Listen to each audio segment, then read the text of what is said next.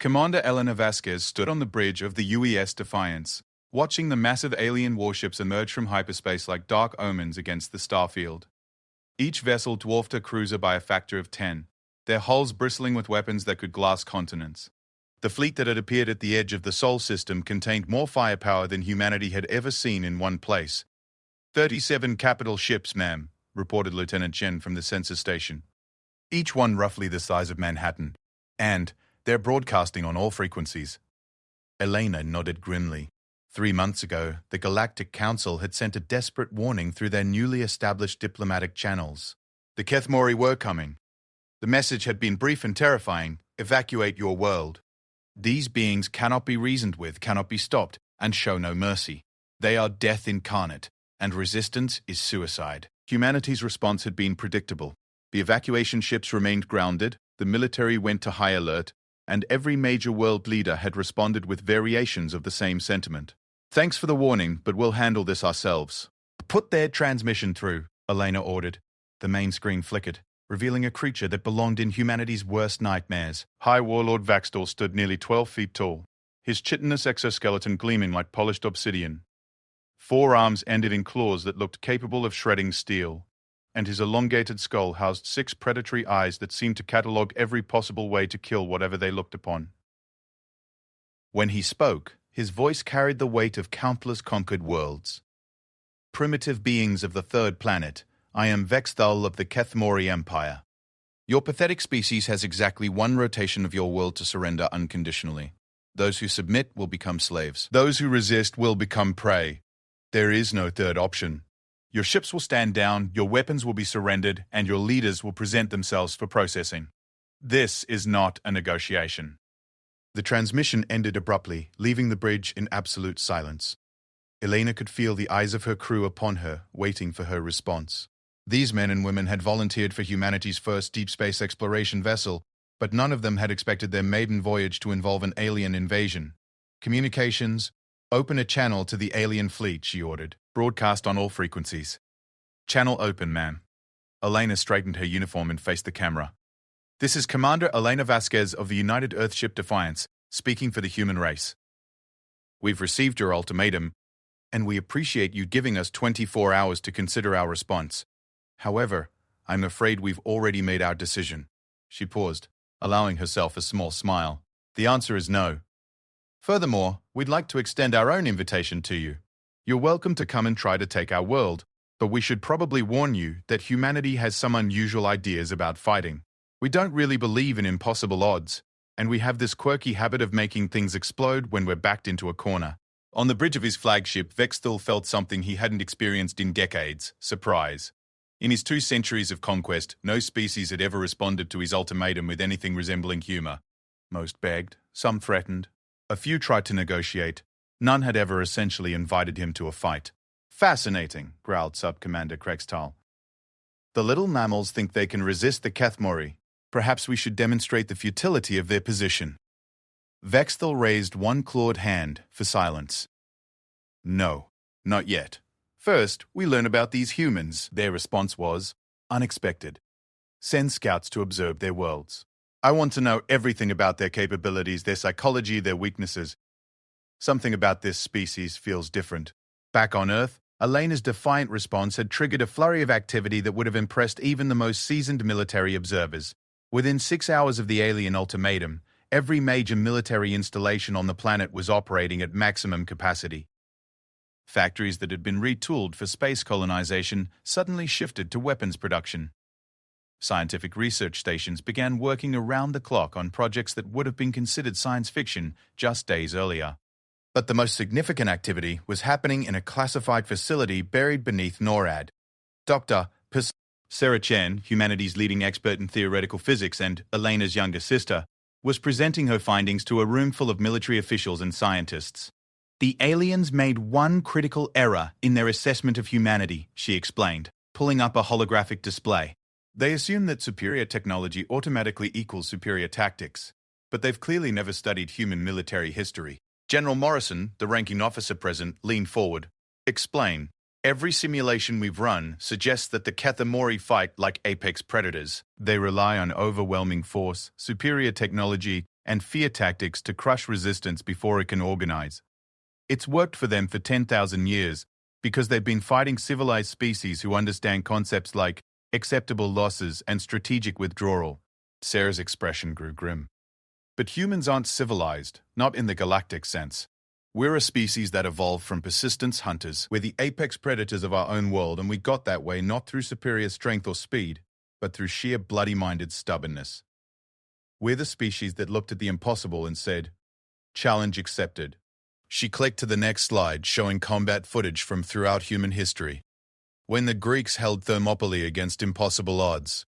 When the British stood alone against Nazi Germany. When the Americans went to the moon not because it was easy, but because it was hard. That's not civilization. That's barely controlled insanity with a technological edge. The room fell silent as the implications sank in. Finally, Admiral Hayes spoke up. "What are you proposing, Doctor?"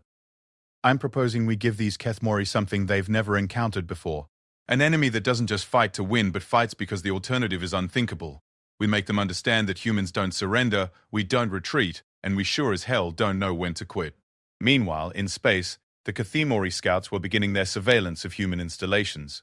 What they discovered defied their understanding of civilized warfare. The humans weren't just preparing defenses, they were building weapons that violated every principle of sensible military strategy. Scout Commander Yexes/9 transmitted his report with barely concealed confusion. "High Warlord, the humans are unusual. They appear to be mounting explosive devices on their civilian spacecraft. Their military installations are being converted into what can only be described as elaborate booby traps. And they're broadcasting messages to their population that can only be interpreted as motivational." "Motivational?" Vexthal demanded. "Their leaders are telling their people that they have the opportunity to be the first humans to kill an alien. They're treating this invasion as entertainment." Vexthal studied the data scrolling across his screens. The humans had taken his ultimatum and somehow twisted it into a rallying cry. Their media was filled with historical references to famous last stands and underdog victories. Their military was distributing weapons to civilians. Their children were making crude explosives in chemistry classes under the guise of educational preparation. "High Warlord," Krexdale ventured, "perhaps we should reconsider our approach. These humans show signs of collective insanity." It might be wise to simply glass their world from orbit and move on to easier targets. But Vexthal was transfixed by the displays. In 10,000 years of conquest, he had never seen anything like this. Every other species had responded to his ultimatum with fear, desperation, or resignation. The humans had responded with memes. "No," he said slowly. "We proceed as planned, but we proceed carefully. These humans may be insane, but there's method in their madness. They know something we don't, and I intend to discover what that is." As the alien scouts continued their surveillance, they began to understand that humanity's definition of reasonable response was considerably broader than that of most galactic species. Earth's governments had activated something called the Doomsday Protocol, which appeared to involve turning every major city into a potential weapons cache and every citizen into a potential combatant. The human military was implementing strategies that bordered on the suicidal. They were planning to use civilian freighters as improvised missiles. They were converting orbital habitats into kinetic bombardment platforms. They were even discussing something called nuclear mining, which seemed to involve using thermonuclear weapons as construction tools. But perhaps most disturbing from the Kethmori perspective was the human attitude toward the impending conflict. Rather than terror or resignation, the humans displayed something that could only be described as eager anticipation. Their news broadcasts featured interviews with citizens volunteering for alien hunting duty. Their military recruitment centers were overwhelmed with volunteers. Their academic institutions had shifted from teaching theoretical xenobiology to practical alien anatomy and weak points. On the third day of surveillance, Scout Commander Yex-9 made a discovery that would change the course of the war before it even began. Hidden among the routine communications between human outposts, he detected something extraordinary. The humans were actively trying to capture Kethmori scouts alive.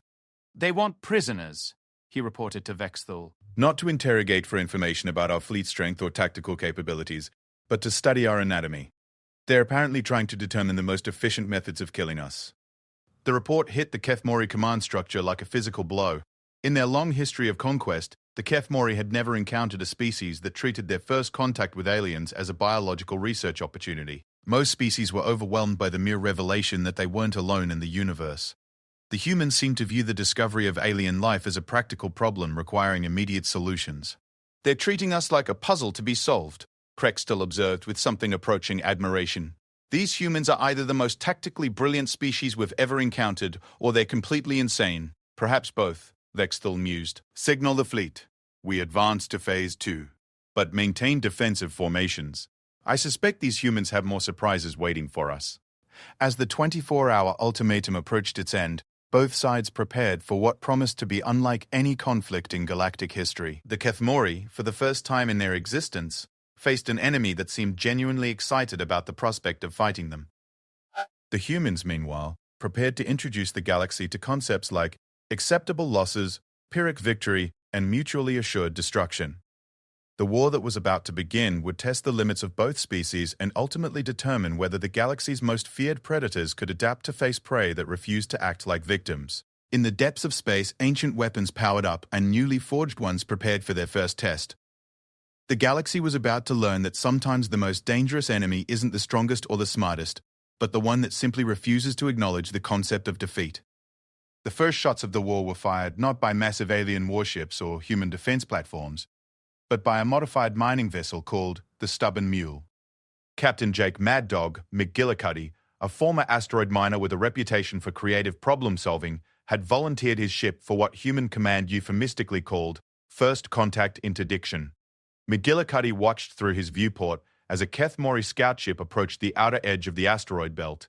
The alien vessel was roughly the size of a human corvette, its sleek predatory design making his converted ore hauler look like a flying brick by comparison, which, McGillicuddy reflected, was exactly the point. "Control, this is Stubborn Mule," he said into his communicator.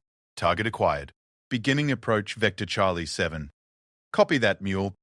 Remember, the objective is capture, not destruction." McGillicuddy grinned, revealing teeth that had been replaced more often than most people changed jobs. "Roger, Control. Commencing Operation Mousetrap." The Kethmori scout ship detected the approaching human vessel and immediately performed what its commander considered to be a standard intimidation maneuver.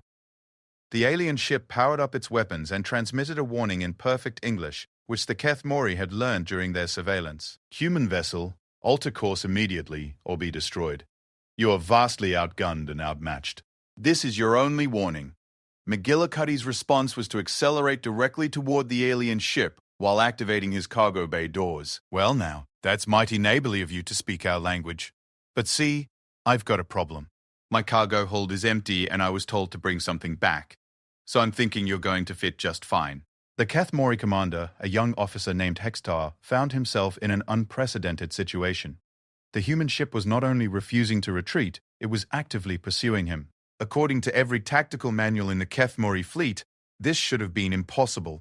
The human vessel had no visible weapons, no shields, and no apparent means of threatening a Kethmori scout ship. Hextar fired a warning shot that should have vaporized a section of the human ship's hull.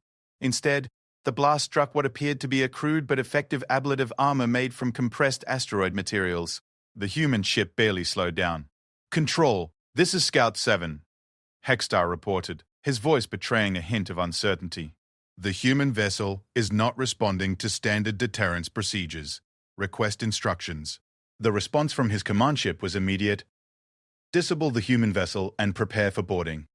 We need to understand their technology."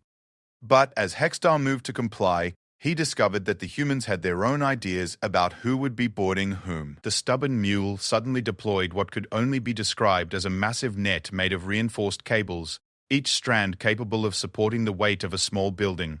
The net, launched by mining charges repurposed as propellant, spread wide enough to engulf the scout ship. "What in the void?" Hextar muttered as his ship became entangled in the crude but effective trap. The more his engines struggled against the cables, the tighter they became. Within minutes, his sleek predatory vessel looked like a fish caught in a fishing net. McGillicuddy maneuvered his ship alongside the trapped scout and began the process of reeling in his catch. "Control, this is Mule. Package secured and ready for delivery." "These aliens sure do build pretty ships, but they don't seem to know much about asteroid mining techniques." The capture of Scout 7 sent shockwaves through the Kethmori fleet. For the first time in their recorded history, one of their vessels had been taken by a technologically inferior species, using what could only be described as industrial equipment. The implications were staggering. They captured Hexstar with a mining net. Sub-Commander Krekstar reported, his voice flat with disbelief. A mining net, my lord. They treated our scout ship like space debris to be collected. High Warlord Vexthal studied the tactical reports with growing unease. The humans had not destroyed the scout ship, which would have been the logical response of a militarily inferior species trying to prevent intelligence gathering. Instead, they had captured it intact, along with its crew. This suggested either supreme confidence or complete insanity. What have we learned from their interrogation of Hexstar? He demanded. That's problematic, my lord.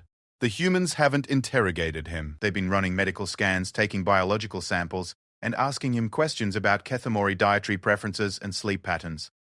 They appear to be treating him less like a prisoner of war and more like a research specimen. Vexthal's 4 eyes narrowed.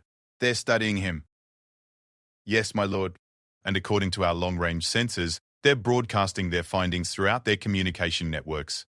Every human in their solar system now has access to detailed information about Kethamori biology, including potential weak points. The strategic implications were unprecedented. Instead of keeping captured intelligence secret, as any sensible species would do, the humans were sharing everything they learned with their entire population. It was as if they wanted every individual human to be capable of fighting Kethamori forces independently.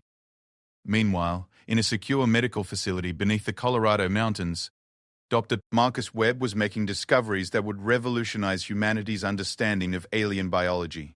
Hexstar, the captured Kethamori scout, lay sedated on an examination table while advanced scanners mapped every aspect of his physiology. Fascinating, Webb muttered, studying the readouts. Their exoskeleton is incredibly tough, but it has joint weaknesses at the limb connections. The musculature is designed for brute force, but it's not particularly flexible. And look at this neural cluster at the base of the skull. It appears to be a major weakness point. His assistant, Dr. Lisa Park, was documenting everything for immediate distribution to human military forces. Should we be concerned about the ethics of this, Marcus? We're essentially performing medical experiments on a sentient being. Webb paused in his examination. Lisa, 3 days ago this individual was part of a fleet that came here to enslave or kill every human in existence. I'm not interested in the ethics of studying him. I'm interested in keeping our species alive. The data from Hexstar's examination was immediately transmitted to every human military unit, civilian militia, and even school children learning basic self-defense. Within hours, detailed anatomical charts showing Kethamori weak points were being distributed through everything from official military channels to social media platforms. But the humans weren't content with passive study. General Morrison had authorized what he called practical field testing of anti-Kethamori tactics. Using the captured alien as a reference point, human engineers began developing weapons specifically designed to exploit Kethamori biological vulnerabilities. The results were typically human in their creativity and violence. Sonic weapons tuned to disrupt Kethamori inner ear balance. Electromagnetic pulse devices designed to interfere with their neural functions. Chemical compounds that could dissolve their exoskeleton joints. And, perhaps most disturbingly from an alien perspective, simple physical weapons like crowbars and sledgehammers optimized for striking Kethamori weak points. They're turning warfare into an engineering problem, observed Dr. Sarah Chen, as she reviewed the tactical data. Most species would see the Kethamori as unstoppable killing machines. Humans see them as a design challenge. The human approach to warfare was becoming clear to the Kethamori observers. Rather than relying on superior technology or numbers, humans were focusing on intelligence gathering, rapid adaptation, and the widespread distribution of tactical knowledge. Every human was being equipped to fight Kethamori forces, not just the military. High Warlord Vexthal faced a decision that no Kethamori commander had ever confronted. The humans were clearly preparing for total war, not just military resistance. Their entire species was mobilizing. Their entire population was being weaponized, and their entire civilization was being restructured around the goal of fighting his forces. My lord, Krextel said quietly, perhaps we should consider withdrawal. The humans are not behaving like any species in our experience. They seem to view this conflict as an opportunity rather than a catastrophe. But Vexthal was transfixed by the tactical displays showing human activity throughout their solar system. Every asteroid was being converted into a weapons platform. Every space station was being armed. Every civilian transport was being fitted with improvised weapons systems. No, he said finally, we cannot withdraw. Word of our retreat would spread throughout the galaxy. Every species we have conquered would see it as a sign of weakness. We must crush these humans completely, or our empire will crumble. He turned to his tactical staff. Begin Phase 3. Full assault on their homeworld. But maintain maximum defensive postures. These humans have already proven they cannot be underestimated. The order sent ripples of anticipation through the human population. Long-range sensors detected the alien fleet beginning its final approach to Earth, and the response was immediate and enthusiastic. Civilian volunteers flooded recruitment centers. Amateur engineers submitted weapon designs to military contractors. School children participated in alien invasion drills that bore a suspicious resemblance to combat training. Perhaps most unsettling to the observing Kathmori scouts was the human media response. Rather than panic or despair, the news broadcast carried an almost carnival atmosphere. Reporters provided invasion countdown clocks. Military analysts offered betting odds on human survival tactics. Entertainment programs featured alien fighting tips presented as practical household advice. Commander Elena Vasquez received orders to take the Defiance to the outer system and serve as humanity's first line of defense. As her crew prepared for what would likely be a suicide mission, she noticed that morale had never been higher. "Skipper," said Lieutenant Chen, "we've received over 3,000 volunteer applications for transfer to the Defiance. Apparently, everyone wants to be on the ship that gets to shoot at aliens first." Elena smiled grimly. "Tell them we appreciate the enthusiasm, but we're already at full capacity. However, if anyone has creative ideas for making this old cruiser more dangerous, I'm open to suggestions." The suggestions that poured in over the next few hours perfectly encapsulated humanity's approach to the alien threat. Proposals ranged from converting the ship's cargo bays into missile launchers to using the life support system to create biological weapons. One particularly creative suggestion involved filling the ship with explosives and ramming the alien flagship while broadcasting human rock music at maximum volume. As the Kathmori fleet approached the inner solar system, both sides prepared for a conflict that would determine not just the fate of humanity, but the future balance of power in the galaxy.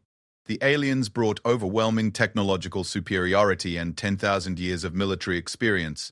The humans brought something the galaxy had never seen before. A species-wide commitment to making the cost of victory so high that winning would feel like losing. The stage was set for the first real test of human resolve against alien technology. In the cold vacuum of space, two vastly different philosophies of warfare were about to collide. The galaxy's most feared predators were about to learn why evolution's greatest trick wasn't creating the perfect hunter, but creating prey that refused to be hunted. The Battle of Jupiter's Shadow began at 0347 hours Coordinated Universal Time, when the UES Defiance encountered the advanced elements of the Kathmori fleet near the gas giant's largest moon.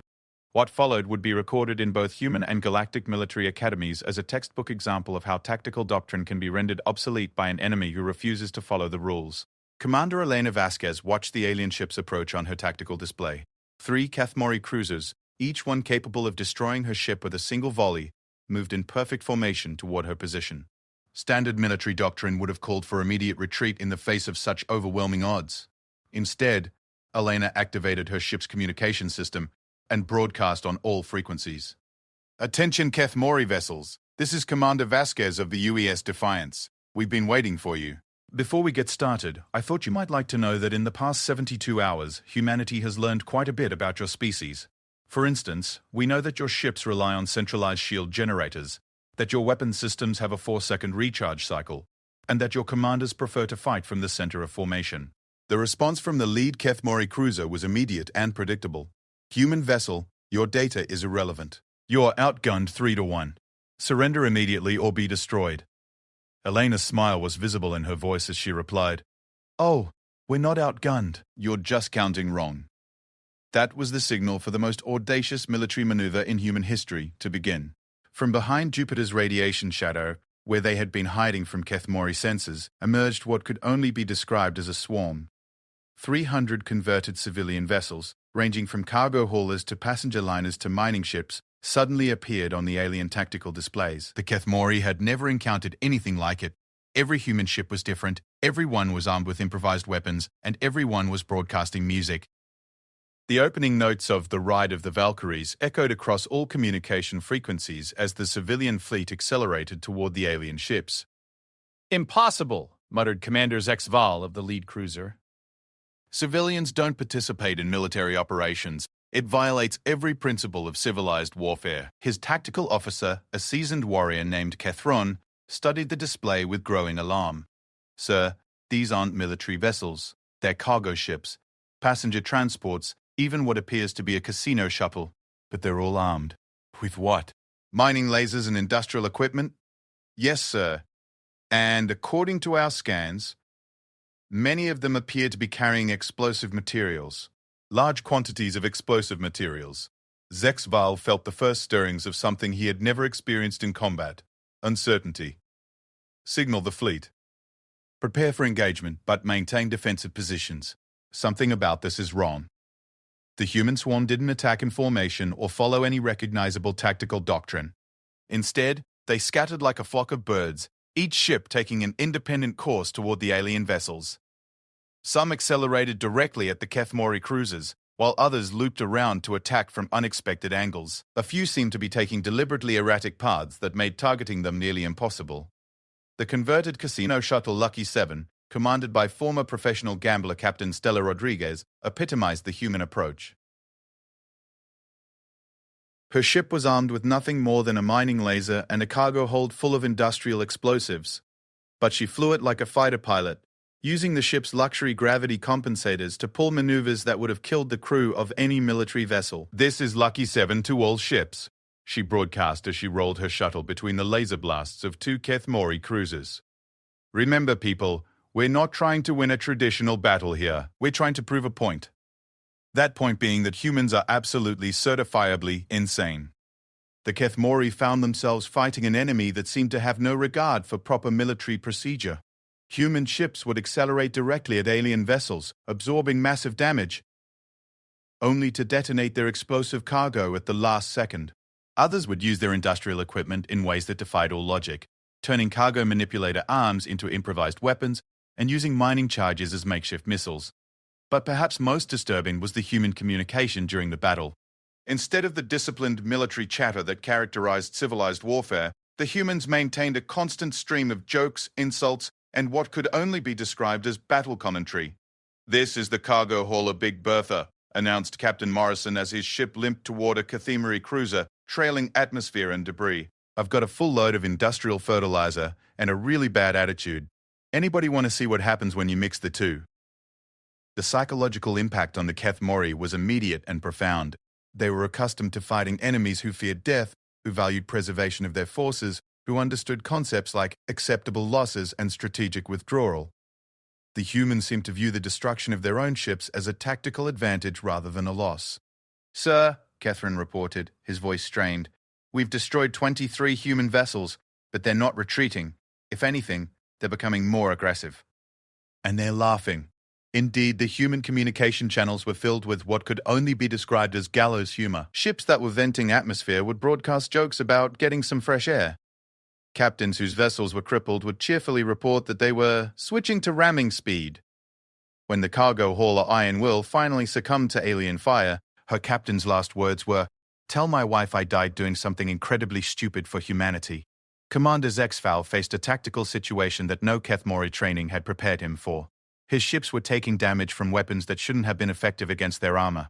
Human vessels were using kamikaze tactics that violated every principle of self-preservation. And somehow, despite losing dozens of ships, the human fleet was winning. The turning point came when the converted luxury liner Starlight Express, under the command of former cruise director Captain Tommy Chen, executed what would later be known as the Trojan Horse Maneuver. His ship, which had been designed to carry wealthy tourists on pleasure cruises, approached the alien formation while transmitting a surrender signal.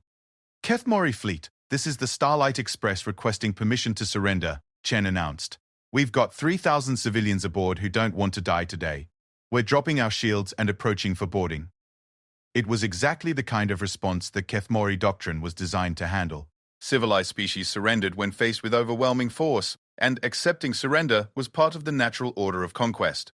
Zexval ordered his ship to prepare boarding parties and lower defensive postures to accept the human vessel, which was exactly what Chen was counting on. The Starlight Express didn't carry 3,000 civilians. It carried 3,000 human volunteers, each one armed with weapons specifically designed to fight Kethmori forces in close quarters. When the alien boarding parties teleported aboard, They found themselves facing what could only be described as an army of angry tourists. The fighting inside the luxury liner was brief but decisive. The Kethmori, despite their superior size and natural weapons, were not prepared for humans who had spent the past week studying their anatomy and learning exactly where to strike for maximum effect. Sonic weapons disrupted their balance. Electromagnetic pulse devices scrambled their nervous systems, and simple physical weapons like crowbars and sledgehammers proved devastatingly effective against their joint weak points. Within an hour, the Starlight Express had not only repelled the boarding parties, but had captured over 50 Kethmori warriors. Chen's next transmission to the alien fleet was cheerfully matter-of-fact. "Thanks for the boarding party. We'll be keeping these guys for further study. Also, we've figured out how your teleportation system works. Expect return visits." The Battle of Jupiter's Shadow concluded with the retreat of the remaining Kethmori cruisers, but not before the humans had demonstrated something that would send shockwaves throughout the galaxy. They had proven that superior technology and overwhelming force were not necessarily decisive factors in warfare when facing an enemy that refused to acknowledge defeat as a possibility. High Warlord Vexthal received the battle reports with something approaching disbelief. A force of improvised civilian vessels had not only engaged his military units but had forced them to withdraw.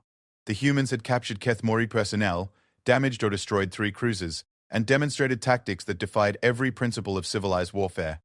They turned surrender into an attack, Sub-Commander Krextel reported, his voice hollow with shock. "They used our own protocols against us. And they did it while broadcasting entertainment programming." Indeed, the human media had treated the battle like a sporting event, providing live commentary and analysis while their civilians fought for their species' survival. News anchors had offered tactical advice to ship captains. Entertainment personalities had rated the effectiveness of various improvised weapons. Children had participated in school programs where they designed battle flags for the civilian fleet. "What are our casualties?" Vexthal demanded. 17 dead, 53 captured, and over 200 wounded. But the psychological impact is worse. Our warriors have never faced an enemy that treats death as an acceptable outcome rather than something to be avoided. They're calling the humans the laughing dead because they maintain humor even while dying. Vexthal studied the tactical recordings of the battle, focusing on the final moments of human ships that had been destroyed. In every case, the crews had maintained communication until the end, broadcasting jokes, songs, or defiant messages. One cargo hauler captain had spent his ship's final minutes providing a review of Kethmori weapon effectiveness for future reference. "They're not just fighting us," Vexthal realized. "They're studying us. Every engagement is a learning experience for them. They're treating this war as educational entertainment." The implications were staggering. The Kethmori had always relied on their reputation for invincibility to discourage resistance before it could organize, but the humans seemed to view the challenge of fighting supposedly invincible aliens as an opportunity for personal growth and species advancement. "My lord," Krextel said quietly, "perhaps it's time to consider negotiation." "The humans have proven they can resist us, and every battle teaches them more about our capabilities while revealing their adaptability." But Vexthal was studying something else in the battle recordings. The human civilians had fought with a coordination and effectiveness that suggested extensive preparation. Their improvised weapons had been specifically designed to counter Kethmori advantages. Their tactics had been crafted to exploit Kethmori psychological weaknesses. "No," he said finally. "This is not random resistance. This is systematic preparation for total war. The humans knew we were coming, they studied our methods, and they prepared their entire species to fight us. This is not a military conflict. This is an extinction event." He turned to his command staff. "Signal the main fleet. We accelerate to full invasion protocol. Every human world must be conquered simultaneously before they can adapt further. And prepare for total war doctrines. These humans have proven they will not surrender, will not retreat, and will not accept defeat. If we cannot rule them, we must destroy them." The message was transmitted throughout the Kethmori Empire, carrying with it the first official acknowledgement in their 10,000-year history that they had encountered an enemy that might actually be capable of defeating them. The galaxy's most feared predators were about to discover that sometimes the most dangerous enemy isn't the strongest or the most advanced, but the one that treats impossible odds as a personal invitation to prove them wrong. On Earth, the victory at Jupiter was celebrated with typically human enthusiasm.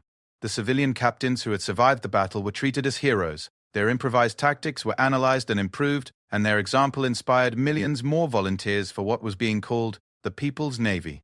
Dr. Sarah Chen, monitoring galactic communications from her underground facility, detected the Kethmori fleet movements and smiled grimly. "They're committing everything now," she announced to the assembled military leadership. "Full invasion fleet, no holding back. They've realized we won't surrender, so they're going for total conquest." General Morrison studied the strategic displays showing alien fleet positions throughout the galaxy. "How long do we have?" 72 hours before they reach Earth. But that's not the important timeline. They're also moving against every human colony simultaneously. They're trying to prevent us from using our new tactics on a larger scale. Admiral Hayes leaned forward. "Are we ready?" Sarah's smile was equal parts confident and terrifying. "General, we've spent the last week turning an entire species into a military force. Every human colony has been provided with the tactical data from Jupiter. Every civilian ship has been converted into a potential weapon. Every man, woman, and child in human space knows how to kill a Kethmori." She paused, looking around the room at the faces of humanity's military leadership. "The real question isn't whether we're ready. The question is whether the galaxy is ready for what humanity is about to become." The Kethmori had never faced anything like the defense of the Proxima Centauri system. When their invasion fleet arrived expecting to find a small human colony that could be conquered in a matter of hours, they instead discovered what could only be described as a militarized solar system where every asteroid, every space station, and every piece of debris had been converted into a weapon. Commander Vashtel, leading the assault on Proxima Colony, studied his tactical displays with growing unease. The humans had only been in this system for 15 years, barely long enough to establish basic infrastructure, yet his sensors were detecting weapon signatures from over 3,000 separate sources. "How is this possible?" he demanded of his tactical officer. "Intelligence reports indicated a population of 50,000 humans spread across 3 small settlements. Where are all these weapons platforms coming from?" The answer came in the form of a transmission from the colony's administrator, a cheerful-sounding woman named Director Patricia Walsh. "Good morning, Commander Vashtel. Welcome to Proxima Centauri, humanity's first and most enthusiastic test site for anti-alien warfare. Before we begin today's festivities, I thought you might like to know what you're up against." The main screen displayed a middle-aged woman in a business suit, standing in what appeared to be a conference room. Behind her, through large windows, Kethmori ships could see human civilians going about their daily routines with no apparent concern for the alien invasion fleet hovering overhead. "First," Walsh continued, "I should mention that we've been expecting you. Dr.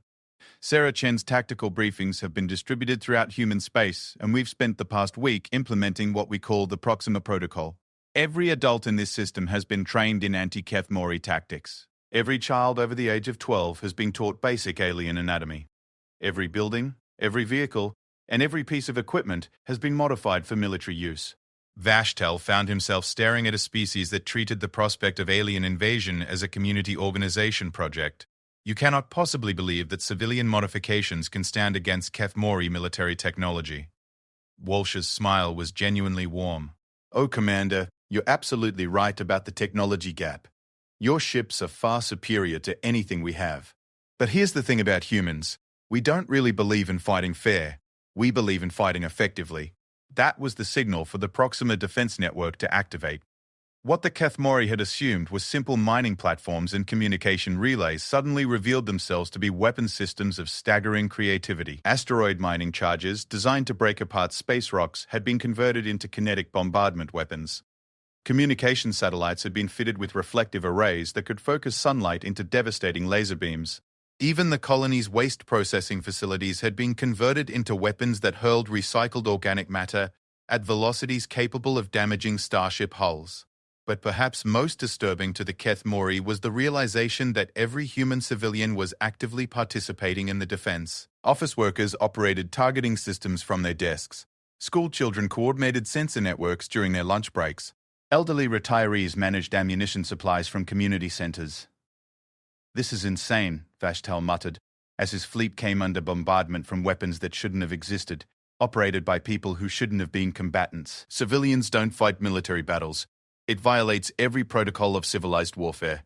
His communications officer, a young warrior named Teshkar, looked up from his station with barely concealed fear. "Sir, I'm receiving communications from human colonies throughout this sector. They're all broadcasting similar messages.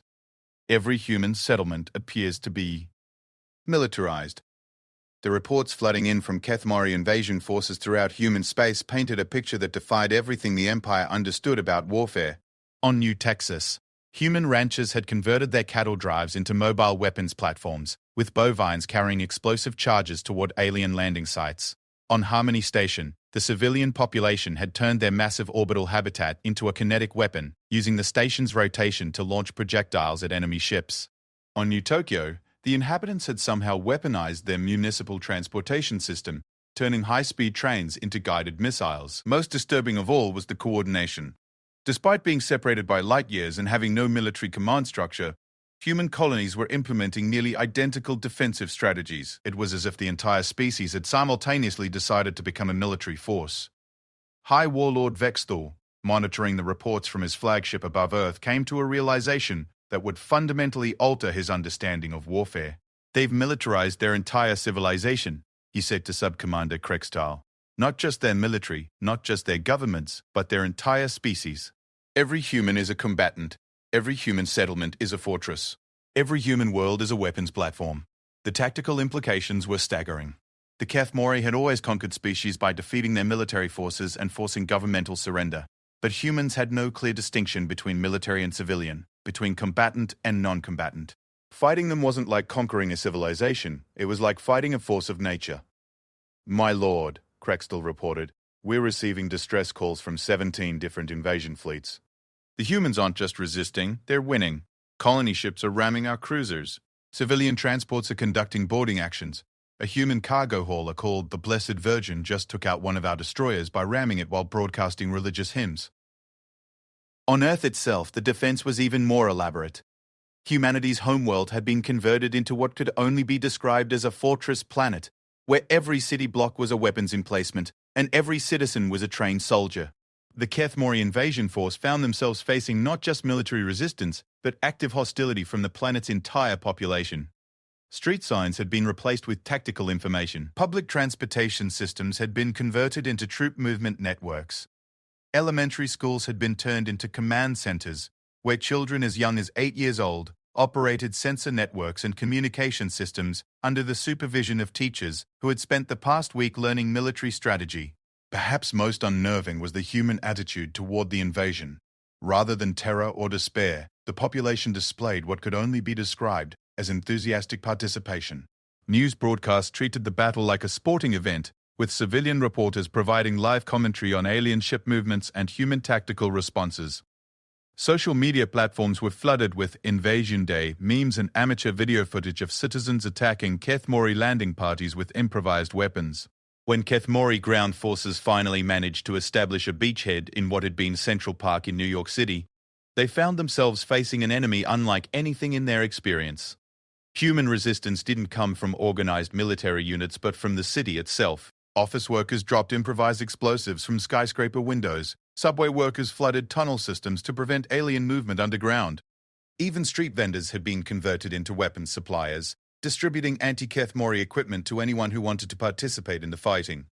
"This is Ground Commander Hex, Val to Fleet Command," reported the leader of the Central Park Landing Force. "We have successfully established a foothold, but we are under constant attack from everyone. Not military units, everyone. Children are throwing explosive devices from apartment windows. Elderly humans are operating sniper weapons from retirement facilities. Even their domestic animals appear to have been weaponized." Indeed, the humans had found creative military applications for every aspect of their society. Dogs had been trained to detect Kethmori pheromone signatures. Cats had been fitted with miniature explosive devices and released in areas of alien concentration. Even pigeons had been converted into biological reconnaissance drones, carrying tiny cameras that provided real-time intelligence to human command centers. But the most psychologically devastating aspect of human resistance was their refusal to acknowledge defeat even when facing impossible odds. Kethmori warriors, accustomed to enemies who would surrender when overwhelmed, found themselves fighting humans who would continue attacking even while mortally wounded. A captured Kethmori warrior being treated in a human medical facility provided intelligence that would haunt the invasion fleet. "They don't understand death the way civilized species do," he reported. "When mortally wounded, they don't seek medical attention or attempt to preserve their lives. They seek to inflict maximum damage before dying. They treat death as a tactical option rather than something to be avoided." The human medical staff treating the wounded alien were cheerfully documenting his responses while simultaneously broadcasting the information to resistance cells throughout the city. To the Keth Mori, this represented a level of civilization that bordered on the terrifying, a species that could be kind and brutal simultaneously, that could provide medical care to enemies while studying them for weaknesses. Dr. Marcus Webb, the xenobiologist studying Keth Mori prisoners, had expanded his research to include psychological profiling. His findings were being distributed to human forces worldwide in real time. The Keth Mori show classic signs of apex predator psychology, he reported. They expect their prey to behave predictably, to flee when threatened, to surrender when overwhelmed, to negotiate when defeated. They have no tactical doctrine for dealing with prey that treats being hunted as an opportunity for counterattack. The psychological warfare was proving as effective as the physical resistance. Human broadcasts were filled with detailed discussions of Keth Mori weaknesses, presented in the format of educational programming. Children's shows featured cartoon characters demonstrating effective anti-alien tactics. News programs included segments on alien fighting tips for the whole family. Even cooking shows had been converted to discuss the nutritional value of Keth Mori flesh. They're treating us like we're not intelligent beings, observed intelligence analyst Kreshta. Like we're dangerous animals to be studied and controlled rather than sentient opponents to be defeated. They discuss our biology the way they might discuss the anatomy of a predatory beast. This clinical approach to warfare was uniquely human and completely unprecedented in galactic history. Most species fought with emotion, fear, anger, desperation, or pride. Humans fought with scientific curiosity, treating each engagement as an opportunity to gather data and refine their techniques. They dissected Keth Mori tactics with the same methodical precision they applied to Keth Mori anatomy. The tide of the invasion began to turn when human forces implemented what they called the swarm protocol. Rather than fighting defensively, human resistance cells began actively hunting Keth Mori forces using tactics borrowed from their own study of pack predators. Small groups of humans would track alien patrols, study their movement patterns, and then coordinate attacks designed to capture rather than kill. Within 72 hours of the initial invasion, human forces had captured over 300 Keth Mori warriors. Each prisoner provided additional intelligence that was immediately shared throughout the human resistance network. The aliens found themselves fighting an enemy that learned from every engagement and adapted their tactics in real time. Perhaps most disturbing to the Keth Mori command structure was the realization that human resistance was actually growing stronger as the invasion progressed. Instead of being worn down by constant combat, human forces were becoming more effective, more coordinated, and more creative in their approaches to warfare. They're using our invasion as a training exercise, Bexthal realized as he studied the tactical reports. Every engagement teaches them something new about fighting us. Every prisoner provides them with additional intelligence. Every victory makes them more confident. The reports from his ground commanders painted a picture of an enemy that defied every principle of military science. Humans would retreat from positions they couldn't hold only to reappear with new weapons specifically designed to counter Keth Mori advantages. They would sacrifice territory to lure alien forces into carefully prepared killing zones. They would even allow themselves to be captured in order to gather intelligence on Keth Mori prison facilities and escape procedures. Subcommander Krextal approached with the latest intelligence reports, his expression grim. My lord, we've intercepted human communications indicating that they're planning something they call Phase 2. According to their broadcasts, the resistance we've encountered so far has been what they term baseline defensive protocols.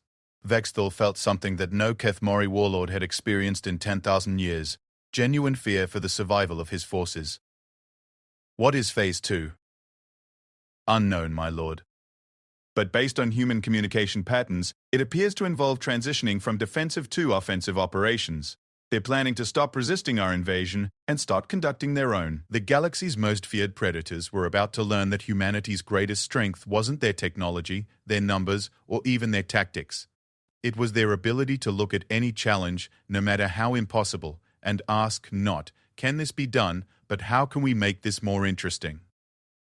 Phase 2 began with a transmission that would become legendary throughout galactic history. Commander Elena Vasquez, now commanding a fleet of converted civilian vessels that had somehow become the most effective fighting force in human space, broadcast a message to every Keth Mori ship in the Sol system. Attention all alien vessels. This is Commander Elena Vasquez speaking for the human race. We've spent the past week learning everything there is to know about your species, your technology, and your tactics. We've studied your biology, analyzed your psychology, and reverse-engineered your weapon systems. The learning phase of this conflict is now complete. High Warlord Vexthal, listening from his flagship, felt a chill that had nothing to do with the temperature aboard his vessel. The human commander's voice carried a confidence that seemed completely inappropriate for someone whose species was supposedly being conquered. "We appreciate you coming all this way to test our theories about interspecies warfare," Elena continued. "Your participation in our research has been invaluable. However, we've now gathered sufficient data to proceed to practical applications. Effective immediately, humanity is transitioning from defensive to offensive operations." The transmission ended, and for a moment the void of space seemed to hold its breath. Then, throughout the Sol system and beyond, humanity revealed what they had been building while the Kethmori had been focused on invasion. The first indication that something fundamental had changed came from the asteroid belt, where Kethmori sensors detected massive energy signatures that hadn't been there during their initial approach. What they discovered defied every assumption they had made about human technological capabilities. Ceres, the largest object in the belt, had been converted into something that could only be described as a weapons platform the size of a moon. Mining equipment had been repurposed into mass drivers capable of launching projectiles at significant fractions of light speed. Solar collection arrays had been converted into directed energy weapons that could focus enough power to vaporize starship hulls. Even the asteroid's rotation had been weaponized, using centrifugal force to launch swarms of kinetic projectiles. But Ceres was just the beginning. Throughout the belt, every asteroid larger than a city block had been fitted with propulsion systems, weapons, and human crews. What had once been a collection of space rocks had become a mobile weapons platform with over 10,000 individual components. "Impossible," breathed Subcommander Krexdahl, as his sensors catalogued the scope of human preparation. "They've turned an entire asteroid field into a military fleet. How could they have accomplished this in just 1 week?" The answer lay in humanity's approach to large-scale engineering projects. While the Kethmori had been focused on conquest, humans had been implementing what they called distributed manufacturing protocols. Every human settlement, every space station, every civilian vessel had been converted into a production facility.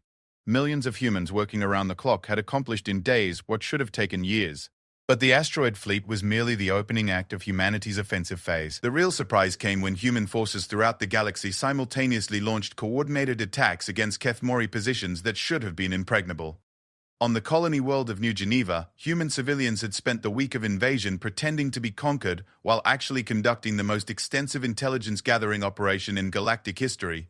When Kethmori occupation forces settled in to administer their new territory, they discovered that every human collaborator was actually a spy, every surrendered facility was a trap, and every administrative building had been converted into a weapons cache.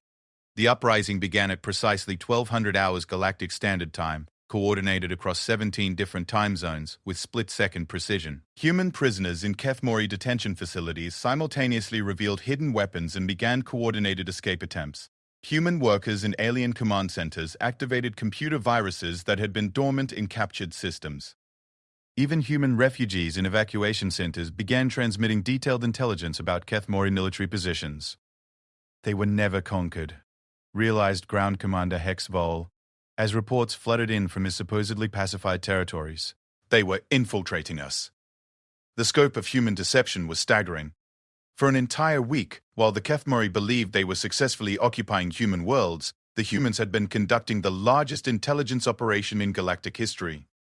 They had documented Kethmori command structures, mapped alien communication networks, analyzed tactical doctrines, and identified critical vulnerabilities in their empire's infrastructure. But perhaps most importantly, they had been studying the Kethmori Empire itself. While alien forces had been focused on conquering human colonies, human intelligence operatives had been tracing communication signals back to Kethmori homeworlds, mapping supply lines and identifying the core systems that kept the Empire functioning. Dr. Sarah Chen, now serving as humanity's chief strategic analyst, revealed the true scope of human planning in a broadcast to all human forces. "Ladies and gentlemen, we've completed our analysis of Kethmori Imperial infrastructure. Their empire spans 47 star systems, but it's held together by only 12 critical supply hubs and 3 command centers. They've built their civilization around the assumption that their homeworlds would never be threatened."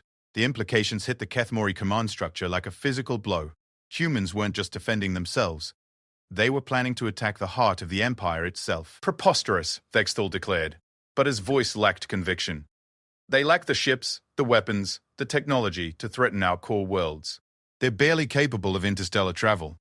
His confidence evaporated when human long-range sensors detected something that should have been impossible. Emerging from hyperspace at the edge of the Kethmori home system was a fleet unlike anything the galaxy had ever seen. Hundreds of human vessels, ranging from converted cargo haulers to purpose-built warships that had been constructed in a matter of days, approached the Empire's capital world with the confident precision of an invasion fleet. But these weren't the improvised civilian vessels that had fought at Jupiter. These ships had been built using captured Kethmori technology, enhanced with human engineering ingenuity, and crewed by volunteers who had studied every aspect of alien culture.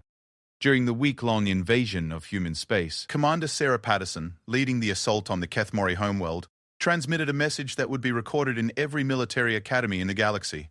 Attention, Kethmori Defense Command. This is the Human Expeditionary Force.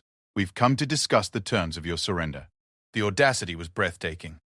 A species that had been fighting for survival just days before was now demanding the surrender of an empire that had dominated the galaxy for 10 millennia. But as the human fleet demonstrated its capabilities, the impossible began to seem inevitable. The humans had done more than just copy Kethmori technology. They had improved it. Their ships moved faster, hit harder, and demonstrated tactical flexibility that alien commanders couldn't match. More importantly, they fought with the same psychological advantages that had served them in defense. They were utterly willing to sacrifice individual vessels to achieve strategic objectives. They're using our own weapons against us, reported Defense Commander Klex Val from the homeworld's orbital platforms. But they've modified everything. Their shield frequencies are different. Their weapon signatures are enhanced. Even their hull designs incorporate improvements to our original specifications. The human approach to reverse engineering was typically thorough and creative. Rather than simply copying alien technology, human engineers had analyzed Kethmori designs for weaknesses and inefficiencies, then created improved versions that addressed every flaw they had identified. But the technological advantages were secondary to the psychological impact. The Kethmori, for the first time in their history, found themselves facing an enemy that had studied them as thoroughly as they had studied their prey. Every tactical maneuver was anticipated. Every strategic doctrine was countered. Every psychological pressure was turned back against them. The siege of Kethmor Prime lasted exactly 6 hours. Human forces, rather than attempting to conquer the planet through overwhelming force, implemented something they called precision warfare. Using intelligence gathered during the occupation of human worlds, they struck exactly 17 targets: power generation facilities, communication hubs, and the command centers that coordinated the Empire's military forces. Within minutes of the attack beginning, the Kethmori Empire lost the ability to coordinate defensive operations across 47 star systems. Their military commanders could no longer communicate with their fleets, their supply lines were severed, and their government could no longer issue orders to their colonies. They've decapitated our entire empire, Vextel realized as reports stopped coming in from his far-flung territories. They didn't conquer our homeworld, they performed surgery on our command structure. The human strategic doctrine was becoming clear. Rather than engaging in the prolonged warfare that had characterized every previous galactic conflict, humans had identified the most efficient methods for achieving their objectives and implemented them with surgical precision. Commander Patterson's next transmission confirmed the worst fears of the Kethmori leadership. Kethmori Command, your Empire's military infrastructure has been neutralized.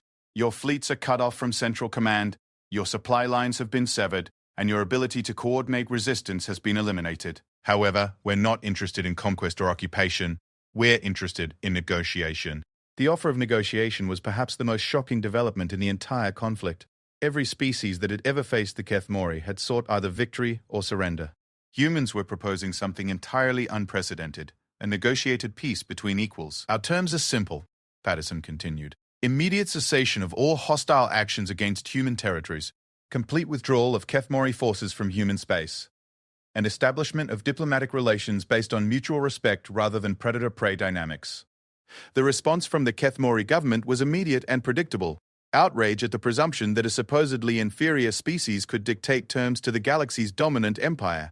But that outrage quickly gave way to practical considerations as reports arrived from throughout Kethmori territory. Human forces hadn't just attacked the homeworld, they had simultaneously struck every critical installation in the empire. Supply depots were destroyed, communication networks were severed, and isolated Kethmori fleets found themselves cut off from resupply and reinforcement. The humans had implemented a strategic doctrine that no galactic power had ever attempted: the simultaneous neutralization of an entire interstellar civilization. "How is this possible?" demanded Emperor Vashketh, the supreme ruler of the Kethmori Empire. They're a single-system species with no interstellar infrastructure. How could they coordinate attacks across 47 star systems? The answer lay in humanity's approach to information sharing and decentralized command structures. While the Kethmori Empire relied on centralized control and hierarchical command, human forces operated as an interconnected network where every individual unit could act independently while remaining coordinated with the whole. During the week that the Kethmori believed they were conquering human space, humans had actually been building the galaxy's most sophisticated intelligence and communication network. Every captured human facility had become a relay station. Every surrendered human vessel had become a mobile command center. Every defeated human colony had become a strategic planning facility. The result was a military force that could coordinate actions across interstellar distances with precision that even the most advanced galactic empires couldn't match. Human commanders throughout the galaxy had executed their attacks within minutes of each other, creating a cascade of strategic failures that brought the Kethmori Empire to its knees in a matter of hours. But perhaps most impressive was humanity's post-victory behavior. Rather than exploiting their advantage to conquer Kethmori territory or enslave the alien population, humans began implementing what they called strategic rehabilitation protocols. Human medical teams provided aid to wounded Kethmori civilians. Human engineers assisted in repairing damaged infrastructure on alien worlds. Human administrators helped establish temporary governments in areas where Kethmori command structures had been eliminated. "They're not conquerors," observed Krexdal as he watched human forces efficiently managing the logistics of empire-wide reconstruction. "They're administrators. They fought a war not to destroy us, but to reorganize us." The final phase of the conflict was perhaps the most unprecedented in galactic history. Rather than imposing harsh terms on the defeated empire, humans offered something that no victorious species had ever provided: a mutually beneficial alliance. Dr. Sarah Chen, now serving as humanity's chief diplomatic representative, outlined the proposal in a broadcast to both human and Kethmori populations. "The galaxy is a big place with room for multiple apex species. Humans and Kethmori have complementary strengths that could benefit both civilizations. We propose a strategic partnership based on mutual respect, shared knowledge, and cooperative exploration of the unknown regions beyond both our territories." The offer was revolutionary. Instead of replacing one galactic hegemon with another, humans were proposing a system where multiple species could coexist as equals, each contributing their unique strengths to common objectives. Emperor Vashketh, faced with a choice between continued resistance that could only lead to the complete destruction of his civilization and acceptance of a partnership that offered survival and growth, made the only rational decision possible. "The Kethmori Empire accepts your proposal. Let it be recorded that on this day, the age of single-species dominance ended and the era of cooperative galactic civilization began." The treaty signed between humanity and the Kethmori Empire would become the foundation for what historians would later call the Galactic Alliance, a cooperative organization that eventually included over 200 species working together for mutual benefit and exploration of the unknown. But perhaps the most significant result of the human-Kethmori conflict was the lesson it taught the galaxy. The most dangerous enemy isn't necessarily the strongest or the most advanced, but the one that refuses to accept limitations as permanent and views every challenge as an opportunity for growth. Humanity had done more than just defeat the galaxy's most feared predators. They had transformed the very nature of interstellar relations. They had proven that cooperation could be more powerful than conquest, that intelligence could overcome brute force, and that the future belonged not to those who were strongest, but to those who were adaptable enough to learn, creative enough to innovate, and crazy enough to believe that impossible odds were just another way of saying, "Challenge accepted." The galaxy would never be the same.